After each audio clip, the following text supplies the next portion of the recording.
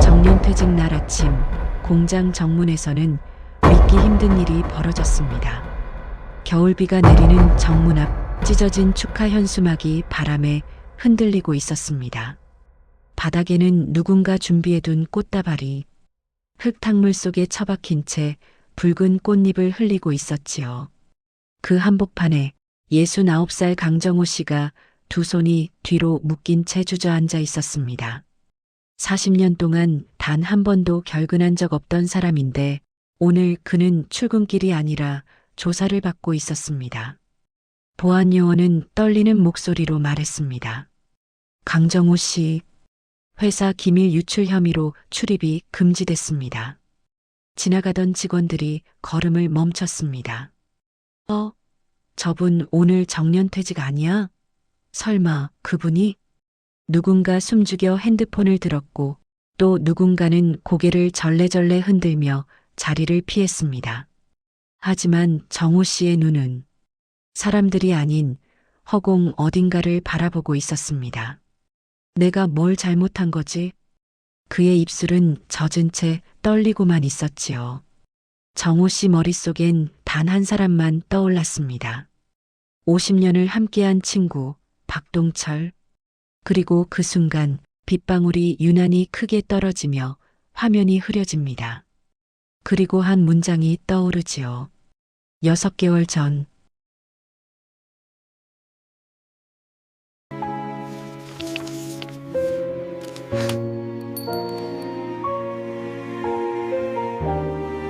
(2025년 6월) 어느 새벽 창밖에서 투두둑 비 떨어지는 소리가 유난히 크게 들렸습니다. 강정호 씨의 작은 아파트. 벽지는 오래된 담배 냄새가 밴 듯 누렇게 발해 있었죠. 그는 천천히 침대에서 일어나 탁자 위 혈압약 4알을 손에 털어 넣었습니다. 오늘도 버텨야지.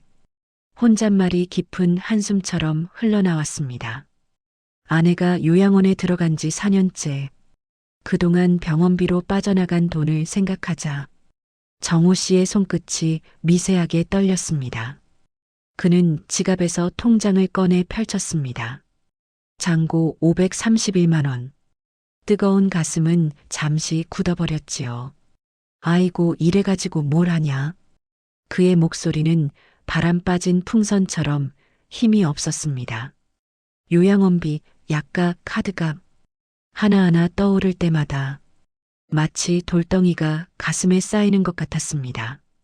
그럼에도 정호 씨는 달력을 바라보며 조용히 미소를 지었습니다. 정년 2달만 더 버티면 된다.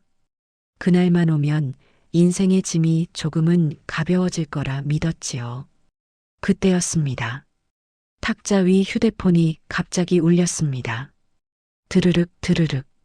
그 진동 소리가 특히 더 불길하게 귀에 박혔습니다. 화면에 뜬 이름은 박동철 50년 지기. 순간 정호 씨의 심장이 움찔했습니다.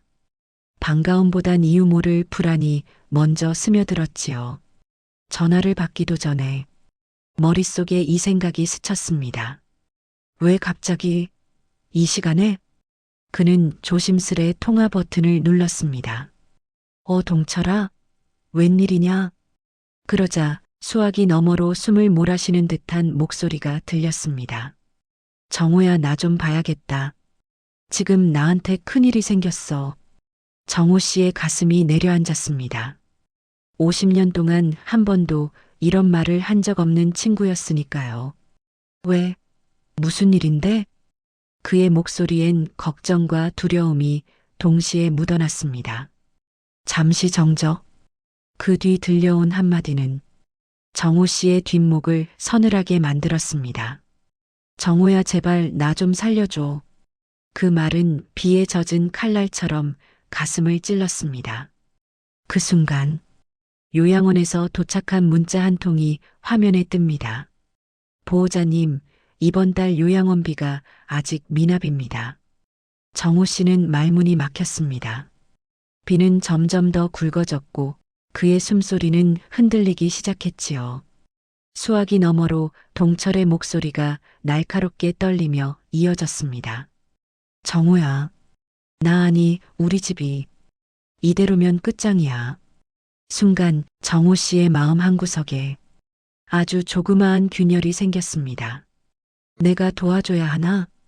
그는 고개를 저으며 마음을 다잡았습니다. 일단 어디로 와라. 만나서 얘기하자. 그 말은 돌이킬 수 없는 선택의 첫걸음이었습니다. 전화를 끊고 난 뒤 정우 씨는 창밖을 바라보며 중얼거렸습니다. 왜 하필 지금이냐? 나도 죽을 맛인데. 하지만 그 순간 또 한 통의 메시지가 들어왔습니다. 할아버지, 나 대학 붙었어요. 다음은 등록금만 내면 돼요. 손주의 밝은 톤. 그 말이 정우 씨의 가슴에 또 다른 짐을 얹어버렸습니다. 그래. 할아버지가 어련히 다 해주지. 그의 목소리는 떨렸고 눈가엔 말라버린 주름만 깊어졌습니다.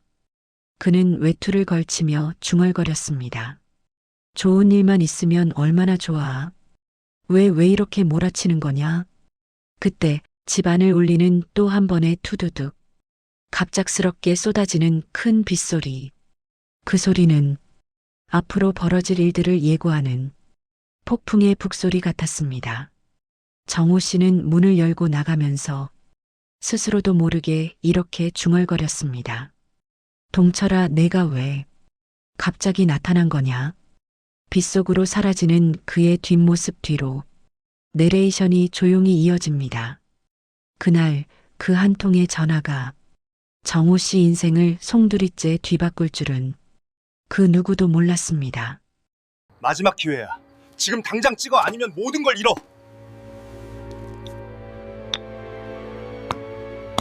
비는 여전히 굵게 내리고 있었습니다. 사람들의 발걸음도 꽤나 늦은 저녁, 강정우 씨는 약속 장소인 오래된 코코집 앞에 멈춰 섰습니다. 문을 여는 순간 알코올 냄새와 함께 씁쓸한 음악 소리가 흘러나왔습니다. 그 분위기만으로도 오늘 대화가 결코 가볍지 않겠다는 걸 알려주고 있었지요. 홀 구석 어둠 속에서 누군가 손을 흔들었습니다. 박동철, 50년 지기 친구였습니다. 정우야, 이리 와라. 그의 목소리는 평소보다 더 낮고 거칠었습니다. 정우 씨는 조심스레 자리에 앉아 젖은 외투를 벗었습니다. 비에 젖은 어깨에서 싸늘한 기운이 내려왔지요. 잠시 침묵. 그리고 동철이 먼저 술잔을 털어 넣었습니다. 정우야, 나 큰일 났다. 그 말은 겁에 질린 아이의 속삭임처럼 약했지만 그 안엔 오래된 절망이 가득했습니다. 정우 씨는 조심스레 물었습니다. 동철아, 뭔데 그래? 왜 그렇게 떨고 있냐? 그 순간 동철의 눈이 붉게 젖었습니다. 정우야, 우리 집 완전히 무너졌다. 그는 입술을 깨물며 말을 이었습니다. 우리 아내 암이래. 수술비만 5천만 원이다. 근데 병원비가 밀렸어. 집도 압류 들어온다 하고. 정우 씨의 손이 멈췄습니다. 그는 잠시 말을 잃었습니다. 그게 진짜냐, 동철아? 동철은 고개를 끄덕였습니다. 손등이 파르르 떨릴 정도로. 정우야, 너라도 아니면 난 끝이야. 제발 나 좀 살려줘. 그 한마디는 수십 년 쌓아온 우정 위로 폭풍처럼 날아와 꽂혔습니다. 정우 씨의 마음속 한 곳이 서서히 무너지는 소리가 났습니다. 그때였습니다. 동철이 천천히 가방에서 서류 뭉치를 꺼냈습니다. 하얀 종이 위 굵은 글씨가 보였습니다. 자문계약서, 그리고 그 아래 작은 글씨가 있었지요. 단가 조율, 생산 일정 협의, 품질 자문. 정우 씨는 눈을 찡그렸습니다. 이게 뭐냐? 동철은 급히 설명했습니다. 자문계약서야. 형님, 회사 돌아가는 것 좀 알려만 주면 돼. 그게 뭐 큰일이라고. 다들 이렇게 한다. 진짜야. 정호 씨는 고개를 저었습니다. 아니, 이런 건 회사 기밀이잖아. 괜히 무슨 일 생기면. 무슨 일이 생기긴 뭘 생겨. 동철의 목소리가 순간 커졌다가 바로 꺼져버렸습니다. 정호야, 너 50년 친구 못 믿어? 우리 호랑이 담배 피우던 시절부터 같이 살았잖아. 그 말은 오래된 우정의 끈을 잡아당기는 듯 했습니다. 동철은 서류를 앞으로 밀었습니다. 그리고 마지막으로 잔을 잡은 손을 떨며 말했습니다. 형님, 나 진짜 죽기 직전이야. 여기 도장만 찍어주면 형님도 돈 좀 만질 수 있고 나도 살고 우리 둘 다 좋은 거잖아. 정호 씨의 심장이 쿵 하고 크게 뛰었습니다. 나도 살고 그 말에 나도 모르게 귀가 기울었지요. 동철의 목소리가 낮게 깔렸습니다. 형님, 퇴직금 나오면 뭐 하려고? 요양원비 밀린 거부터 갚아야지. 손주 대학 등록금은? 형님 혼자 얼마나 버거운데. 그 말은 정호 씨의 가장 깊은 상처를 찔렀습니다. 손주 대학이 3천이나 든다더라. 동철은 재빨리 말을 이어갔습니다. 그래, 그러니까 이거야. 형님 도장 하나면 내가 바로 300만 원 선입금 넣어줄 수 있어.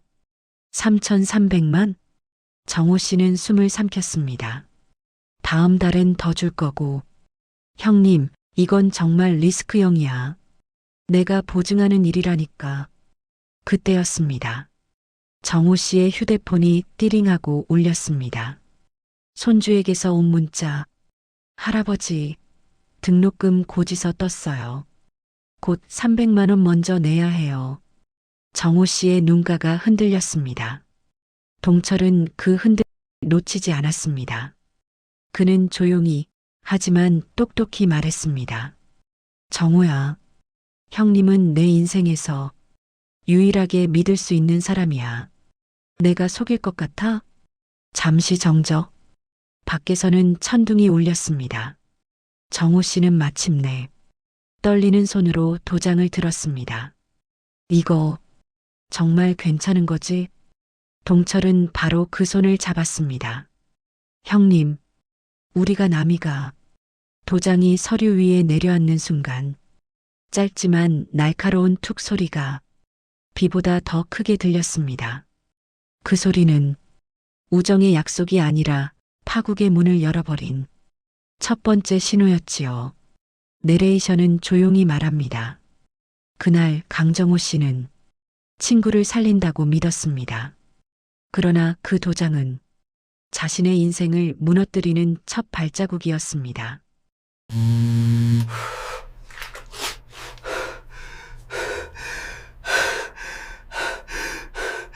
다음날 아침 강정호 씨는 평소처럼 공장으로 향했습니다.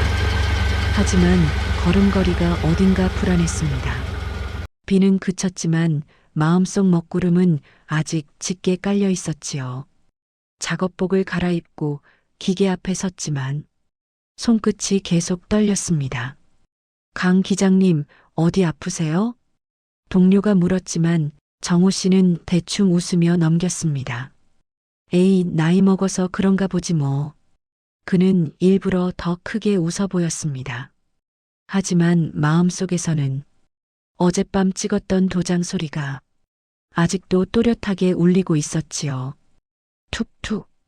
그 짧은 소리가 자꾸 가슴을 파고들었습니다.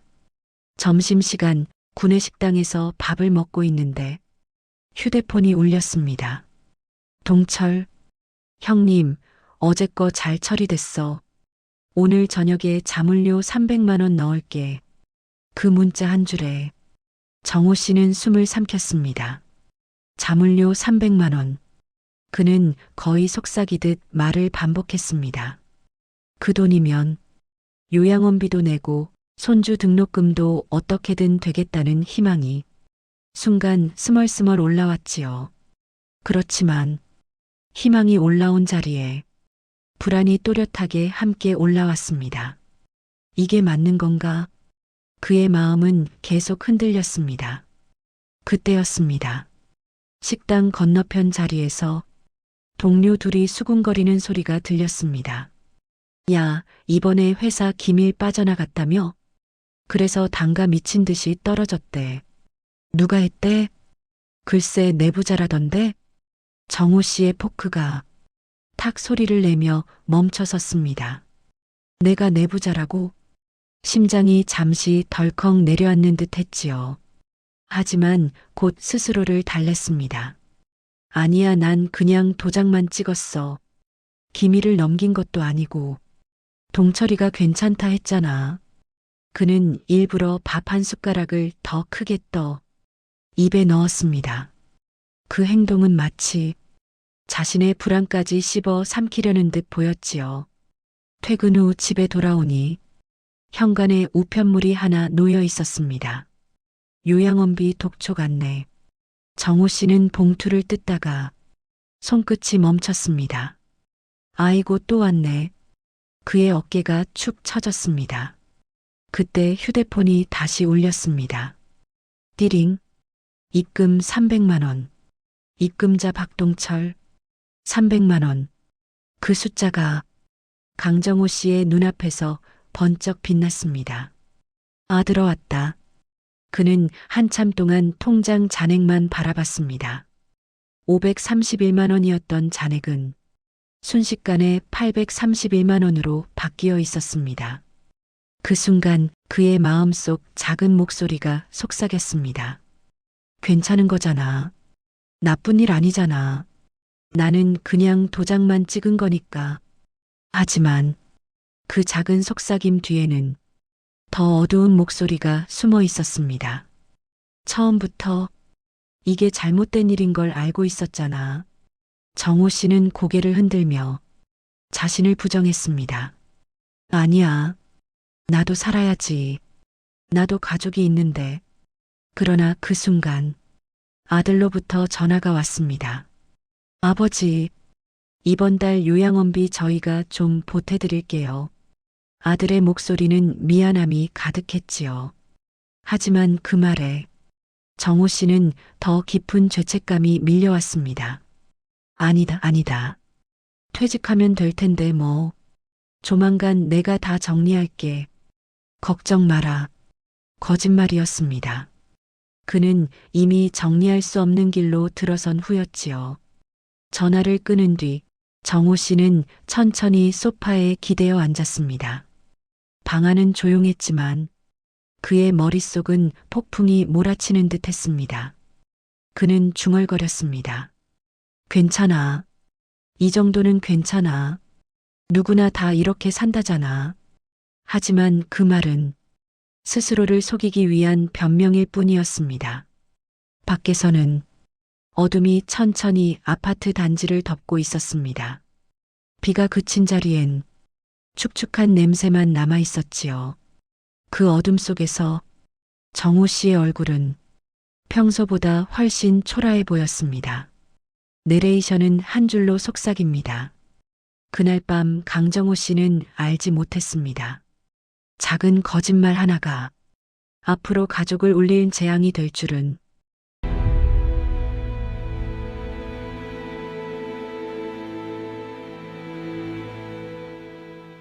그날 이후 며칠 동안 강정호 씨의 마음속에서는 이상한 소리가 계속 울렸습니다.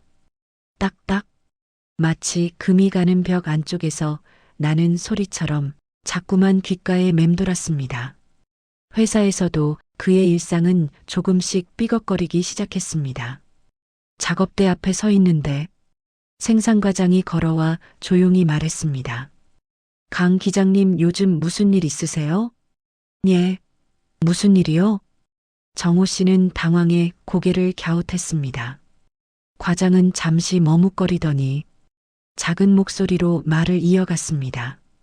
인사팀에서 최근 하청업체 쪽에서 이상한 입찰 들어왔다고 라인 책임자들 컴퓨터 점검한다네요. 그 말에 정호 씨의 눈동자가 아주 미세하게 흔들렸습니다. 컴퓨터 점검을 해?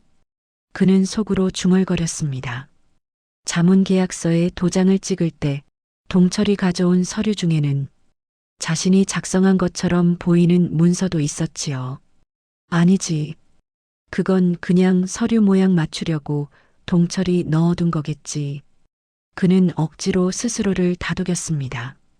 그러나 점심시간이 되자 또 다른 말이 들려왔습니다. 야, 이번에 기밀 빠져나간 건 생산라인 쪽에서라던데? 그래. 그럼 기장들 중에 누가 한 건가? 나 벌써 한 명 찍어놨다. 누구? 말은 못하지. 일단 지켜보자고. 정호 씨는 물을 마시다 컵을 떨어뜨릴 뻔했습니다. 왜 자꾸 나한테만 들릴까? 그는 식당을 서둘러 빠져나갔습니다. 오후 작업을 마치고 퇴근하려는데 어느새 비가 다시 쏟아졌습니다. 몸도 마음도 축축하게 젖은 채 엘리베이터에 올라타니 천장에서 떨어지는 듯한 빗물 소리가 더 크게 들렸습니다. 집에 도착했을 때 아들 부부가 잠시 들러 있었다가 막 나가는 중이었습니다. 아버지, 혹시 요즘 어디 투자하세요? 아들이 뜬금없이 물었습니다. 정호 씨는 순간 심장이 멎는 듯 했습니다. 무슨 소리냐? 아버지 카드값이 계속 늘어서 괜히 이상한데 손대신 건 아닌지. 그 말에 정호 씨는 마른 웃음을 지었습니다. 야, 너희 아버지가 그런 사람처럼 보이냐? 나이 먹어서 투자? 그게 말이 되냐? 하지만 그 웃음은 너무 억지스러웠고 아들은 눈치를 챘는지 더 묻지 못하고 돌아갔습니다. 현관문이 닫히고 나서야 정호 씨는 벽에 기대어 큰 숨을 내쉬었습니다. 이거 진짜 잘못된 건 아니겠지? 그때 휴대폰이 울렸습니다. 동철, 형님, 지난번 것 때문에 회사 쪽에서 자료 하나 필요하대. 형님이 그쪽에서 오래 일했으니까 서류 하나만 더 도장 좀. 정호 씨는 귀를 의심했습니다. 야, 동철아. 내가 지난번에도 찍어줬잖아. 그걸로 되는 거 아니었냐? 동철의 목소리는 마치 차가운 뱀처럼 스멀스멀 스며들었습니다. 형님, 그거 하나로는 안 돼. 요즘 회사들 다 그래. 서류가 몇 개 있어야 싱크가 맞지. 정호 씨는 말문이 막혔습니다. 아니, 이러다 회사에 문제 생기면. 형님, 동철이 언성을 높였습니다. 회사 일은 회사가 알아서 해. 형님은 그냥 도장만 찍어주면 돼. 내가 시키는 대로만 하면 다 알아서 정리된다니까. 정호 씨는 잠시 침묵하다 힘없이 대답했습니다. 알았다. 전화를 끊은 뒤 그는 소파에 털썩 주저앉았습니다. 머릿속이 어지럽고 심장이 쿵쿵 뛰었습니다. 나 지금 뭐 하는 거지? 하지만 그 순간 창문 틈으로 들려오는 비소리와 함께 손주에게서 또 메시지가 왔습니다. 할아버지, 등록금 납부일 이번 주까지예요. 할아버지 믿어요. 그 문자가 그의 마지막 흔들림을 완전히 부쉈습니다. 그래, 어쩔 수 없지. 손주가 기다리는데. 그는 자신도 모르게 탁자 위 도장을 손에 쥐었습니다. 그리고 밤늦게 동철이 보내온 또 다른 서류에 도장을 툭 찍어 내려놓았습니다. 그러나 이번에는 소리가 더욱 묵직하게 들렸습니다. 툭! 그 소리는 마치 바위가 금이 가면서 갈라지는 소리 같았습니다. 그리고 그 순간 문자 한 통이 도착했습니다. 해외 뉴스 속보, 부품 납품 관련 회계비리 의혹, 국내 중견기업 압수수색 검토.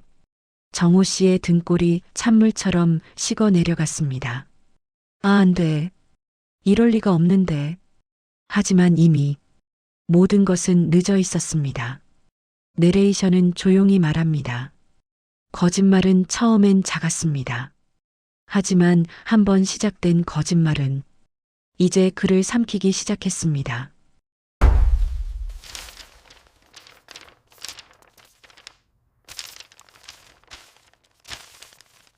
이틀 뒤 갑자기 공장이 이상하게 조용했습니다. 평소라면 기계 돌아가는 소리, 작업자들의 발걸음 소리가 들려야 했지만 그날은 어딘가 낯선 정적이 흘렀습니다. 라인 근처에서 동료들이 모여 웅성거리고 있었습니다. 야, 들었어? 경찰이 회사 왔다더라. 기밀 유출건 진짜래. 그 말에 강정호 씨의 손에서 공구가 미끄러졌습니다. 경찰이 왔다고? 그의 목소리는 거의 들리지 않는 숨소리 같았습니다. 그때였습니다. 사내 방송이 울렸습니다. 사내 방송. 생산 3라인 강정호 기장님, 즉시 인사팀으로 와주시기 바랍니다. 반복합니다. 강정호 기장님, 인사팀으로. 순간 정호 씨의 귀에서 쨍 하고 날카로운 소리가 울렸습니다. 비틀거리며 걸음을 옮기는 동안 주변 사람들은 그를 피하듯 한 걸음씩 뒤로 물러섰습니다. 복도에 도착했을 때 인사팀 문 앞에 정호 씨의 목을 조이는 듯한 문구가 붙어 있었습니다. 내부 비리 전담 조사팀 방문 중. 그는 침을 삼켰습니다. 그리고 문이 열리는 순간 3명의 낯선 남자가 차갑게 그를 바라보고 있었습니다. 강정호 씨 맞습니까? 예. 여기 앉으시죠. 탁! 책상 위에 한 묶음의 서류가 떨어졌습니다. 서류 맨 위에는 이렇게 적혀 있었습니다. 박동철 업체 단가 조작 자료. 정호 씨의 눈이 크게 흔들렸습니다. 손끝이 굳어버렸지요. 조사관이 서류를 하나씩 넘기며 말했습니다. 여기 보이십니까? 자문계약서. 서명은 강정호. 다른 서류도 탁, 탁, 탁 펼쳐졌습니다. 현장 개선안, 품질 자문서, 단가 조율 내역. 모두 강정호 씨 이름으로 되어 있었습니다. 아니, 이게 내가 한 게 아닙니다. 정호 씨는 절망에 찬 목소리로 말했습니다. 그러나 조사관은 아주 조용한 말투로 칼처럼 이야기했습니다. 서류 대부분이 강정호 씨 컴퓨터에서 출력됐습니다. 그 말이 떨어지는 순간 정호 씨의 얼굴에서 피가 쫙 사라졌습니다. 컴퓨터요? 아니, 그게 어떻게... 조사관은 바로 이어 말했습니다. 당신 계정으로 박동철에게 파일이 전송된 기록도 있습니다. 정호 씨의 입이 벌어졌다 다치지 않았습니다. 아닙니다. 나는 그냥 도장만. 그의 목소리는 점점 갈라졌습니다. 강정호 씨, 조사관이 눈을 맞추며 말했습니다. 박동철 씨, 지금 도피 중입니다. 그 단어가 떨어지는 순간 정호 씨의 심장이 구멍난 풍선처럼 꺼져버렸습니다. 도피? 손에 힘이 풀려 펜이 바닥에 굴러갔습니다. 책상 밑으로 떨어진 펜 소리가 유난히 크게 들렸습니다. 조사관은 마지막으로 말했습니다. 이제부터는 참고인이 아니라 피의자 신분입니다. 정호 씨의 머릿속에서 모든 게 하얘졌습니다. 바람 소리도 기계 소리도 사람들의 소리도 들리지 않았습니다. 그저 한 문장만 귓가에 울렸습니다. 피의자 신분입니다. 어떤 동료는 문틈 사이로 그를 보며 속삭였습니다. 진짜였나? 어떻게 저분이? 에이다 티났지 뭐. 그 말 한마디 한마디가 문 밖까지 날카롭게 날아와 정호 씨의 가슴을 찔렀습니다.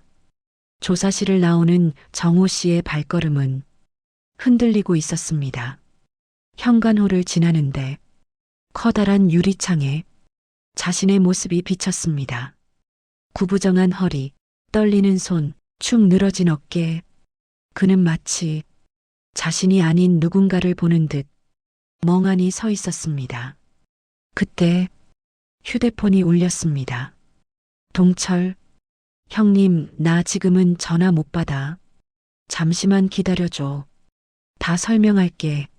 하지만 그 메시지는 그 어떤 설명도 아니었습니다. 단지 도망가고 있다는 사실을 확인시켜주는 한 줄이었지요. 정호 씨는 그 자리에서 휴대폰을 떨어뜨릴 뻔했습니다. 그리고 아무도 없는 복도 한가운데서 작은 목소리로 중얼거렸습니다. 나를 팔아먹었구나. 순간 그의 눈가에 뜨거운 것이 차올랐습니다. 그러나 울 수도 없었습니다. 주저앉을 수도 없었습니다. 그저 숨만 거칠게 들이켰습니다. 내레이션은 조용히 말합니다. 이날 강정호 씨는 깨달았습니다. 50년 우정은 단 한 번의 도장 앞에서 너무나도 쉽게 무너진다는 것을.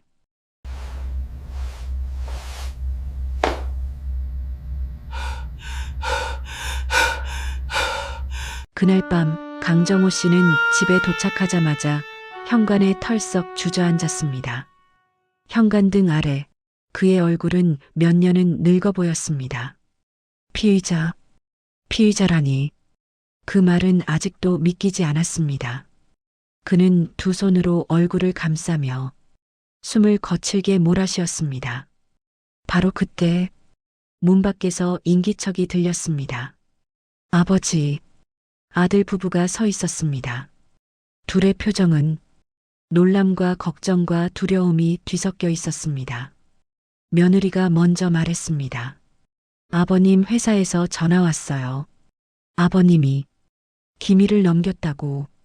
정호 씨는 고개를 떨군 채 말을 잇지 못했습니다. 아들이 가까이 다가와 탁자 위에 놓인 서류를 펼쳤습니다. 아버지, 이 도장 아버지 맞아요? 그 질문은 칼날처럼 가슴을 찔렀습니다. 정호 씨는 한참을 뜸들이다 작게 무너지듯 대답했습니다. 그래, 내 도장이다. 순간 방 안의 공기가 쏟아지듯 무거워졌습니다. 아버지, 왜 그랬어요? 아들의 목소리는 떨리고 있었습니다. 며느리는 울먹이며 말했습니다. 시아버지, 우리 전세 대출도 아직 못 갚았어요. 애들 등록금도 밀렸고요. 근데 아버지가 이런 일을. 그 말에 정호 씨의 어깨가 툭 하고 내려앉았습니다. 나 그냥 도와준다고 했어. 그냥 도장만 찍으면 된다고 해서. 아들은 책상을 쾅 치며 소리쳤습니다. 아니 그럼 아버지는 아무 생각도 안 했어요?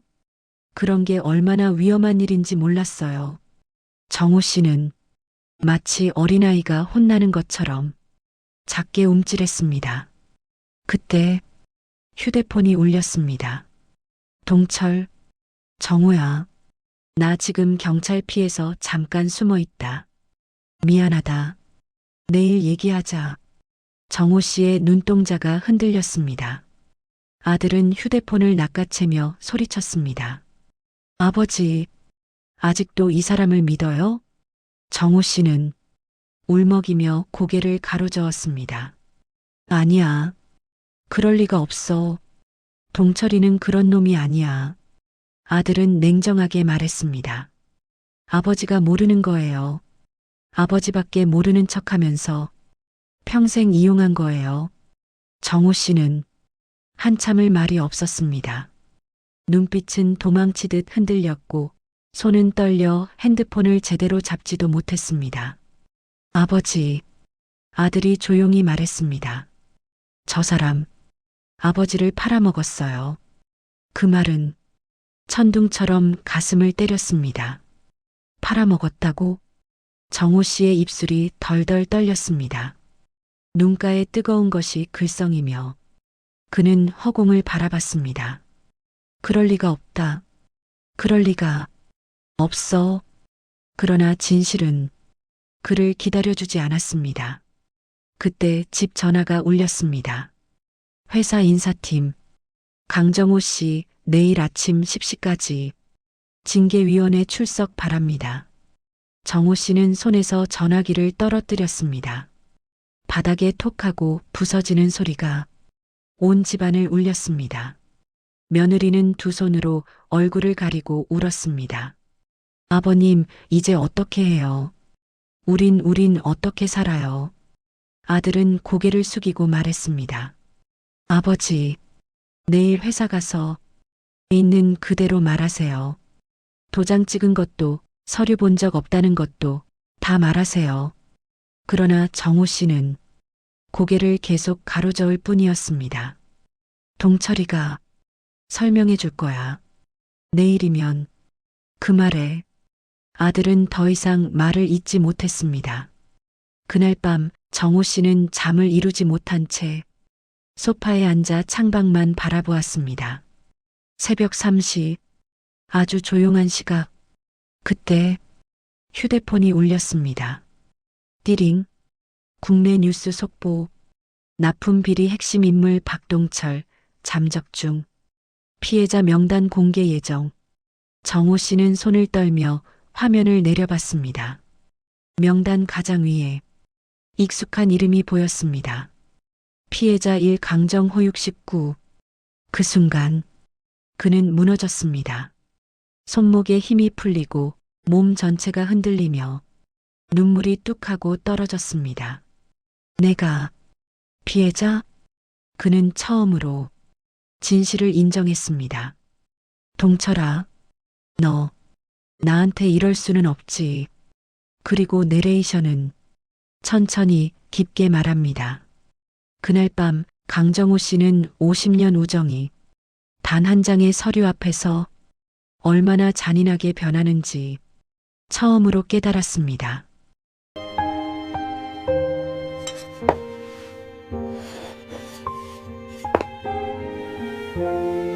그로부터 1년이 흘렀습니다.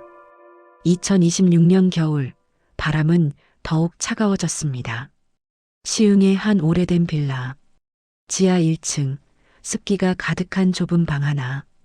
거기가 지금 강정호 씨의 보금자리였습니다. 벽지는 군데군데 뜯겨 있었고 창문 아래에는 곰팡이가 희끗희끗 피어나 있었습니다. 침대 옆 작은 탁자 위에는 약봉지 몇 개와 기초연금 통장 하나가 놓여 있었습니다. 잔고 87,420원. 그 숫자를 본 순간 정호 씨는 작게 한숨을 내쉬었습니다. 그래도 살아는 있네. 그는 혼잣말을 하며 천천히 창문을 열었습니다. 밖에서는 아이들 뛰노는 소리가 들렸습니다. 그 소리가 왜인지 더 멀게 들렸습니다. 그는 오늘도 작은 냄비에 물을 끓여 라면 반 봉지를 넣었습니다. 식탁에 앉아 젓가락을 들었지만 미처 입에 넣기도 전에 문득 멈춰섰습니다. 이게 내 노후냐? 성공도 아니고 실패도 아니고 그저 잘못된 선택의 결과로 살아가는 작은 방. 그때 탁자 위 휴대폰이 울렸습니다. 딸, 아빠 잘 지내? 오늘 근처 지나가다가 생각나서. 정호 씨는 전화를 받지 못했습니다. 그저 화면만 바라보다 작게 중얼거렸습니다. 지내긴 하지. 지내기만. 다음으로 문자가 하나 더 왔습니다. 아들, 아버지, 손주 다음 학기 등록금. 저희가 어떻게든 해볼게요. 정호 씨는 그 메시지를 보고 천천히 고개를 끄덕였습니다. 그래, 너희들은 너희들대로 살아야지. 그 말은 그가 가족에게 내리는 폭이 아닌 폭이었습니다. 그리고 정호 씨는 그동안 받아보지 못했던 서류 하나에 사인을 하듯 혼자 씁쓸하게 웃었습니다. 오후가 되어 정호 씨는 천천히 방을 나섰습니다. 걷는 발걸음은 느렸고 손에는 오래된 장바구니 하나가 들려 있었습니다. 그는 버스를 타고 한 곳으로 향했습니다. 아내가 있는 요양원이었습니다. 요양원 복도는 조용했고 약 냄새가 은은히 퍼져 있었습니다. 정호 씨는 아내의 침대 옆에 조용히 앉았습니다. 아내는 여전히 창밖을 바라보는 듯한 눈으로 아무 말도 하지 않았습니다. 정호 씨는 그 손을 살며시 잡았습니다. 여보, 그동안 많이 힘들었지. 그는 눈을 감으며 말했습니다. 나도 참 바보 같은 짓만 하다가 여기까지 왔네. 아내는 아무 대답이 없었지만 정호 씨는 그 손에서 아주 희미한 온기를 느꼈습니다. 그래도 여기까지 와서 내가 아직 살아는 있다는 거, 그래도 다행 아니겠나. 그 말은 누구에게 들려주는 것이 아니라 자신에게 하는 다독임이었습니다. 그는 아내 얼굴을 바라보며 작게 흐느끼듯 말했습니다. 미안하다. 내가 정말 미안하다. 눈가에 눈물이 맺혔지만 그는 울지 않았습니다. 울 힘도 울어줄 사람도 이젠 없었으니까요. 요양원을 나와 정호 씨는 작은 공원 벤치에 앉았습니다. 바람이 서늘하게 지나갔습니다. 그는 하늘을 올려다보며 말했습니다. 만약 그날로 돌아갈 수 있다면. 말이 이어지지 않았습니다. 뒤이어 조용히 이어나갔습니다. 나는 도장을 안 찍었을까? 아니면 또 찍었을까? 그리고 오래된 나무 밑에서 그는 아주 길게 천천히 숨을 내쉬었습니다. 그 숨소리는 마치 지난 40년을 내려놓는 듯한 느리고도 무거운 숨이었습니다. 잠시 후 정호 씨는 조용히 자리에서 일어나 버스 정류장으로 걸어갔습니다. 버스 정류장에서 그의 뒷모습은 기우는 해를 등지고 길게 늘어졌습니다. 적막한 어둠 속에서 내레이션이 마지막으로 말을 건넵니다.